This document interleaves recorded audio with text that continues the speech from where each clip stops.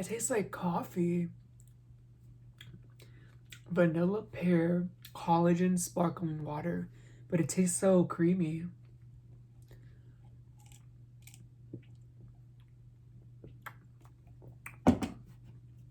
Welcome to my review on the Hardy Boys, The Sting of the Scorpion. This book was found at a vintage shop for $3.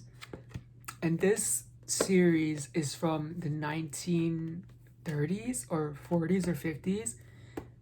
That's like so many decades that I just put into one, but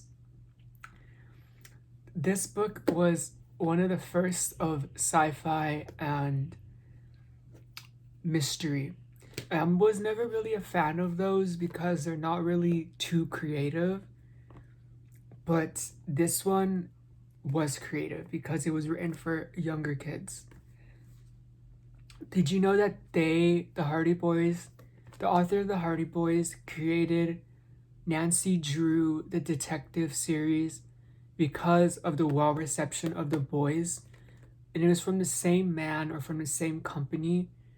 He made a female counterpart to the male counterpart, which is so cool because they're technically the same, but girls relate more to girl characters and boys relate more to boy characters. Isn't that so cool? But this book was cool because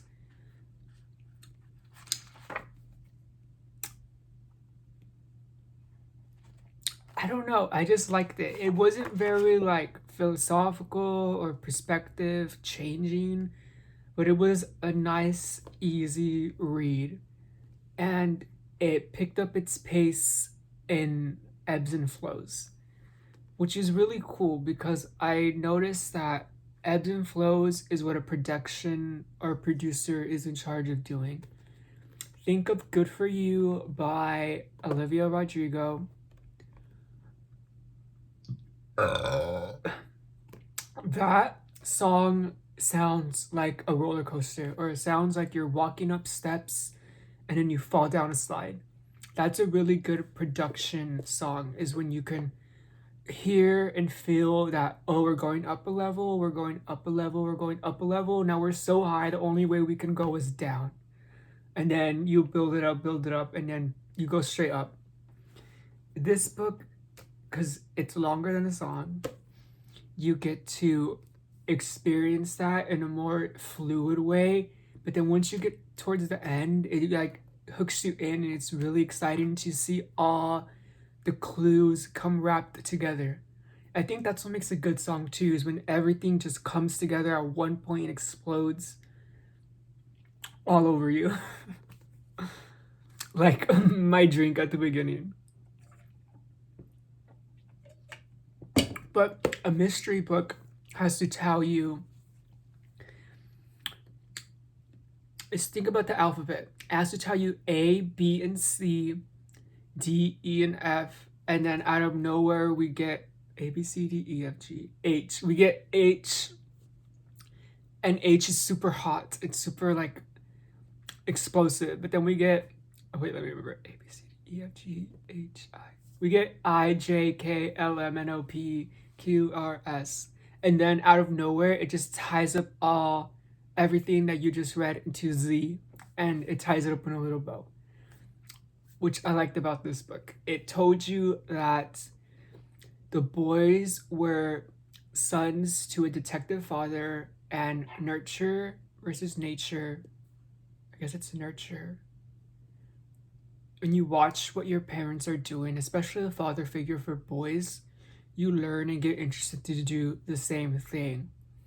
So they were learning to be detectives, so we get to follow them around, literally follow them around to different offices to talk, to gather clues, and then we get blindsided by certain events. But when we get blindsided by those events, they send us somewhere else. So it's kind of like a metaphor for life. You get sent right to be able to get sent left, and you go left so much that you end up hitting the wall that you have to hit to go right. And maybe you've been going the wrong way. Maybe you just need to go forward. That's what I liked about this book. It like depicted, it didn't go in a straight line. It went this way, it went all the way this way, and it went this way. I didn't know I liked that until I'm saying it out loud right here with you. But I like this book. And there's like 53 entries, and this is the last one. I don't know why I grabbed the last one. I know why I grabbed the last one. It's the sting of the scorpion, and it had a Scorpio emblem in front of it. So I was like, how are they going to tie astrology into this? But it was more used as a facade and a decoy and a booby trap for them, since they're mystery hunters. But it was cool. I don't know. It drawed me in, so I guess it's a good cover, right? Let's compare these two covers. Even the colors. This one looks more masculine. This one looks more feminine. This one was written by a man, I think, because there was a lot of ghostwriters for these books, because it was a certain time in the early 1900s where women were ghostwriting too. So let's just say a man. The company was owned from a man. So man, female writer.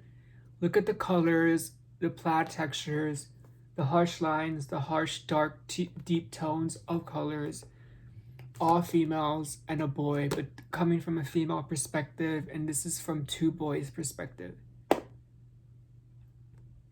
To me, this book told me more about life and emotions, and painted pretty scenic pictures, very feminine, very emotional.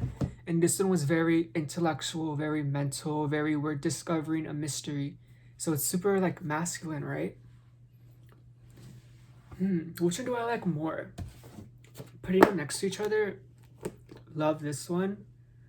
But maybe I had to read this one to understand this one even more. Maybe I had to date the bad boyfriend to understand what a good boyfriend is. Does that make sense? I had to have the first failed marriage to know what I want for the second marriage. You don't know what you want unless you know what you don't want, right? I learned that a while ago, but I didn't know how to apply it because too young and too lack of experience. But if I could connect it to books, it makes sense. But let's read a passage of this book. Let's pick this page. When they reached their home, the Hardys decided to phone the airship crewman who called himself Hector Maris and gave him a chance to explain why the photograph on his college application differed so drastically from his appearance. I think that's a metaphor for myself, because I present myself with a wig and makeup, but I don't always have that on. But okay, let's just go back. This book was written in the time of air blimps. Isn't that crazy? I'm like going so back in time with these books. But this was in the era of air blimps. And I think there was a few airplanes, but this was the era of air blimps. And these people thought that air blimps were the new wave. They were the new way of life. So this is what it focused on a lot. That was like the part of the whole mystery. And it was cool to think of a time where we used to ride air blimps opposed to trains that we did in the 1800s, airplanes now. Just to think about blimps, it's like right in the middle, but more towards the future. It was just cool to think about the technological advancements of transportation. Isn't that funny how I read this one first and then this one first, and this one historically came first before this one? Isn't that like pretty cool?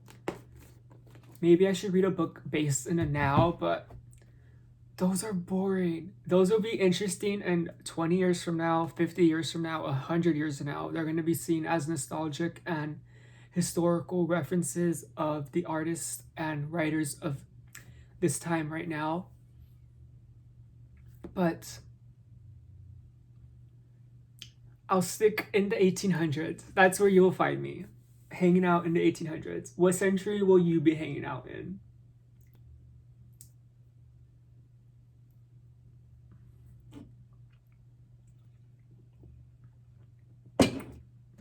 I give this book an 8 out of 10.